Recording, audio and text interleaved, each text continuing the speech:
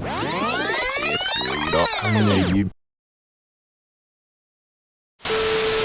everyone and welcome back to another video. It is I, Crusader King, and today it's going to be another type of these videos. I did this last time for No Step Back, as controversial as that video was, but this time we're back at it again with doing it by Blood Alone. If you don't know what's happened, By Blood Alone is now the newest DLC that is dropping, giving the glory, like this is the holy day for Italy, because Italy is actually finally going to get a focus tree, as well as Ethiopia and Switzerland, as well as some quote-unquote new mechanics. And I just want to talk a bit about what's going to change and all that stuff. So we're going to basically run through this. Right here on my screen, I know that you guys might be seeing some gameplay, but I'm watching, or I'm looking at the new announcement. So, finally, they have actually announced the fact that Italy is getting a new focus tree, which has been in the works, or hasn't actually changed ever since the game was released all the way back in like 2017. So everyone's gotten a new focus tree except Italy. They really did my boy bad. But anyway, now they are actually going to change it, whether or not to subvert Italy's historical path in one of the alternate history paths of the new Italian focus tree, or by just going down Mussolini's path.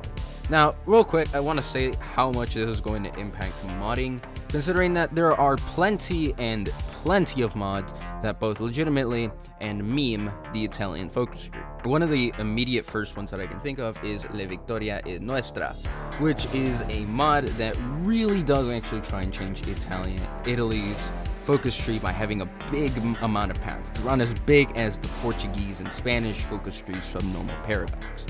I think as well as that, I believe Road to 56 also does this, and some other mods as well. One of the main problems that I do see with this, however, is the fact that we know that Paradox is no stranger to taking mods beforehand. They have done it before with the Spy Agency mod, which actually was a mod before they actually implemented it as a DLC. They took many mechanics of it and then just kind of were like, yeah, this works, and then they just made it into their own thing, with the La Resistance being that DLC. What I don't know is that this is going to, what I do know is that this is likely going to kill a lot of those mods. The meme ones might just stay, but for the most part, a lot of the Italian mods that try at least to improvise the Italian focus tree might just get killed off due to how Paradox does take inspiration from its modding community, which is both a good and bad thing, considering that they are nice when it comes to actually taking inspiration. It shows that the modding community is very strong and strong enough to influence Paradox. It's kind of bad because those mods eventually do die out, and they kind of combine a lot of them, so sometimes they add a lot of new content from one specific mod and take another one from another one, and you don't really get the same experience with all of them.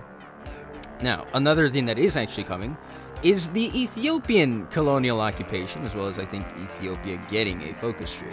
How this will work, I don't fucking know, and this once again kind of brings up a little bit of an issue. For a while now, no one's really complained about the fact that Ethiopia doesn't have a focus tree. Many people have actually tried to play Ethiopia and see how far you can get against the Italians, but for the most part, this whole Italian colonial occupation thing, the most I think they're going to do for this is just the idea of making it Italian Ethiopia, assigning a new leader on it, and giving them a puppet focus tree, which has happened before. I remember 2 mods, once again referencing La Victoria è Nostra, I believe, as well as another mod that I don't remember right now, but a lot of mods do that, where they make Italian Libya or Italian Ethiopia and all that stuff. So it'll be interesting to see how Ethiopia is created, how it works, but really I don't really know what Ethiopia will have, and I'm pretty hopeful for Ethiopia, but once again, this will probably kill a lot of the mods like that. And that's not all. They decided that instead of just Italy, which is really the biggest part, we're doing Switzerland as well. Oh my goodness gracious. Experience the true meaning of being a neutral fucker by balancing your precarious situation as Switzerland, sandwiched between an ever-growing array of totalitarian regimes. Will you succumb to the pressure, or stand as a shining beacon of democratic? Everyone's already going to go Access or Commons, or no one's going to go democratic. One of the main things with Switzerland is that Switzerland really isn't that important in the grand scheme of things. I know that I don't know if there's going to be some history buff telling me, like, in the comments, oh, actually, Switzerland supported the gold investments and gold securing. The banking system was very important, as well as, like, some tactical operations and shit. Let me be real, all right? This is a fucking map game, and once again, Switzerland's focus tree is likely going to be like the Spanish focus trees. We're talking pretty massive, and honestly, I don't really see the importance of it. I know that the community has there's some people voicing their opinions saying that they would prefer the Austrian focus tree, which I think would actually be way better than the Switzerland focus tree. Because let's be real, Switzerland, in the grand scheme of things, didn't do much. I mean, yeah, they may have given some intelligence, maybe traded some stuff, prepared themselves very well, but that's about it. They never joined the war formally, unlike almost every other nation. And if you're gonna give Switzerland the focus tree, I think they might as well just give Sweden, Finland, and Norway a focus tree, which might just be the next DLC, depending on how they are. One of my main issues with Switzerland, though, is that like I said, they're not really important. And apart from the meme section, I don't really think there's been a lot of Switzerland focus trees that really delve deep into how big and important Switzerland was.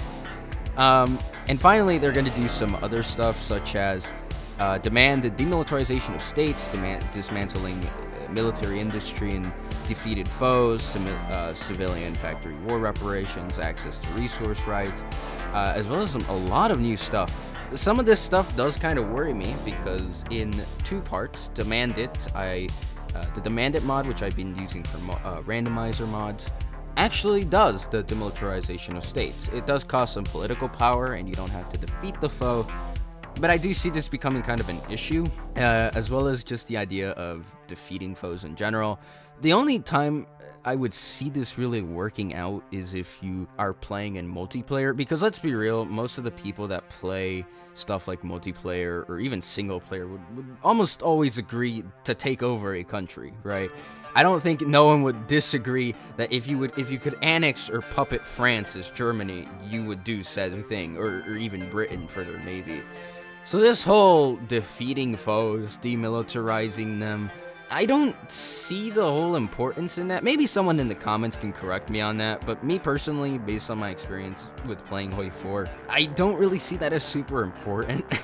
Because typically when you're playing the game, you're either puppeting or you're annexing. You're not really going to be like, yes, Czechoslovakia, I'm going to demilitarize you, make you pay war reparations to me, give me your civilian industry, and that's about it. Because, let's be real, a puppet can do almost all of that, and like I said, I don't really see the importance in doing that.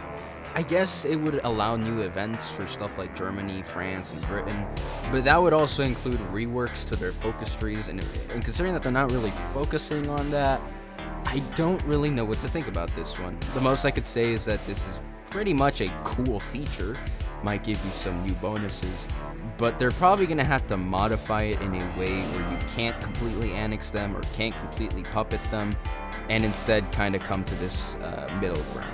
The most I could see this being worked for is the AI when it comes to defeating nations. We all know the notorious stupidity that the AI has with separating borders and shit. I think that might be for them more than it is for the player, but all really in due time, we'll just have to see how it works. Another thing is that they are going to add it's like 67 new 3D plane models, which, let's be real, no one gives a shit about plane models. I don't think someone's actively gonna buy this DLC and just be like, oh boy, can't wait for the plane models, yippee! Like, I don't many people do not care about plane models, and I know that this is going to go into the price tag, because they have like tank divisions and tank designs for them as well, which cost like $5, which, mind you, what is the point of buying a tank model? I guess to make it look prettier, but you're not really looking at the tank model all the time. Most of the time, you're just adding a bunch of guns and praying it works, okay? You're not looking at how cool that tank is. Oh, wow, I can't ride a Tiger, fucking Panzerkampfwagen. We're gonna prepare the Panzerhuns. But, like, for the most part, that whopping 67 planes are just gonna fucking get thrown down the alley. As well as, let me see, augment the partitioning of the navies of defeated foes. Like I said, once again, I think this is more for AI rather than it is for you. And I think they're adding some extra stuff. You know, we're talking divisional commanders will now be the bread and butter of your future officer candidates. Grow their skills passionately as they perform their duties in command divisions. Reward their actions in combat with country-unique medals. So overall, I think this is probably going to be more interesting because we already got the officer corps. I think that's what it's called. That little military hat that you get. And actually, I want to actually see how this will impact because you can actually get medals. For sure, I think this is going to be great for mods like Old World Blues, Kaiserreich, Thousand Week Reich, and all that stuff. So it's going to be definitely a more interesting aesthetic to the commanders, which I think would actually be interesting. And I'm actually looking forward to that, looking as to how they will promote them and all that stuff instead of the whole promote to general, just get 30 or 40 command power, guys. As well as encounter up to 20 new unit models and associated SFX, 12 new radio integrated music tracks, and new diplomatic actions, as well as more quality of life improvements. So all in all, for the whole ending here, we got 20 new unit models. Once again, if it's the same thing as plain models, I don't think people are actively looking to see what it is. Like, just looking at it, seeing if it's historically correct, being like, oh my gosh, this thing's missing a pattern that the original German or French troops wore. This is historically incorrect, guys. Like, I don't think people are actively searching for that. And if you are one of those guys, cool. Keep doing what you're doing, but you really need Paradox to do this for you. The 12 new music tracks, I'm gonna be real, not really important. If you're one of those people that listens to the music of Hoi4, fine by me. If the music is cool, play it all you want. I personally don't listen to it, so I don't really know what it sounds like. As well as the new diplomatic actions. I don't really know what they mean by that. We're just gonna see. We're gonna have to wait and see.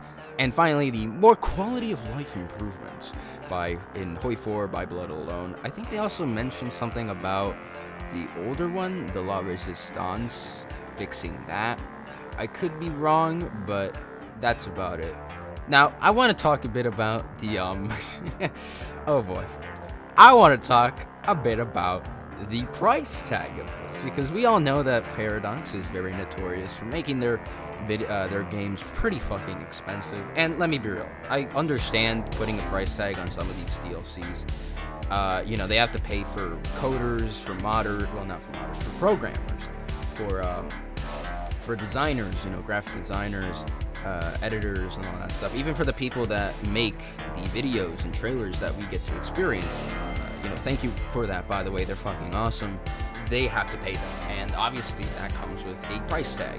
I'm not assuming that the trailers get a lot of money in the first hand, so I would assume that Paradox is going to make this pretty expensive. We know that the La Resistance was like, what, $20, I'm pretty sure, with no sale. I could be wrong, definitely, but for what I've seen, I believe it's around $20, and that included a lot of overhauls, a big new, like, operations thing, and even the new one, which was No Step Back, I'm pretty sure was $15, including, like, what, 3 new unique focuses, or focus trees for the countries and all that stuff, as well as the officer corps and the logistics system, which really, like I gotta say, No Step Back was massive, alright? It overhauled a lot of mods, it killed off a lot of them as well, and even some of them are still trying to fix themselves and try to coexist with that new DLC. So I'm going to be interested as to what this happens. From what I know, this is mainly just more so a base game improvement, just adding Switzerland and Italy's focuses, as well as giving you some extra focuses. Like I said, the medal system and promotion system gonna probably impact a lot of mods. It's not gonna kill them. I think it's gonna actually give them a lot of new ideas. But I do think it's going to stall a lot of them. Stuff like NCR, Thousand Week Reich, not NCR, Old World Blues, Thousand Week Reich, Kaiserreich, even the World War I mods are going to probably be impacted by this. I know that a lot of popular mods were left in the dust by No Step Back, and it's not really the fault of Paradox, it's the fault of the modders that just don't really seem to update the games anymore. So yeah, overall though, I have a lot of hope in this. I just really don't think that the price tag is going to be something that many people are gonna like. From what I'm seeing, from what I'm hearing, I know that we don't have a lot of intel on it. I would probably pay for this at like a $10 price tag. Really wishful thinking, I know, but I would either get this for $10 or like $12 price tags. Something like $15. You gotta prove it to us. You know, Paradox has to prove it to us. But overall, I think that this is a better DLC than what we have gotten in the previous ones. And finally, we'll bring to an end the most memey nation of all, being Italy. But let's just hope that one day Austria gets their own focus tree. I don't think it's ever gonna happen, but hey, one can dream, right? I think their next DLC, I know that this is like a little bit of a prediction. I think their next DLC is probably gonna tackle Nordic countries, and then I think the last one is going to be Central America and all that, and South America. People might just meme Brazil next. It's a huge fucking joke in the greater internet sphere. So we might just see a bunch of Brazil memes in the coming days. But anyway, that's been it. That's been it for like this series, this update series for No Step Back and By Blood Alone. And we'll just have to see what happens. So there's my predictions. I will see you guys in the next one, and goodbye.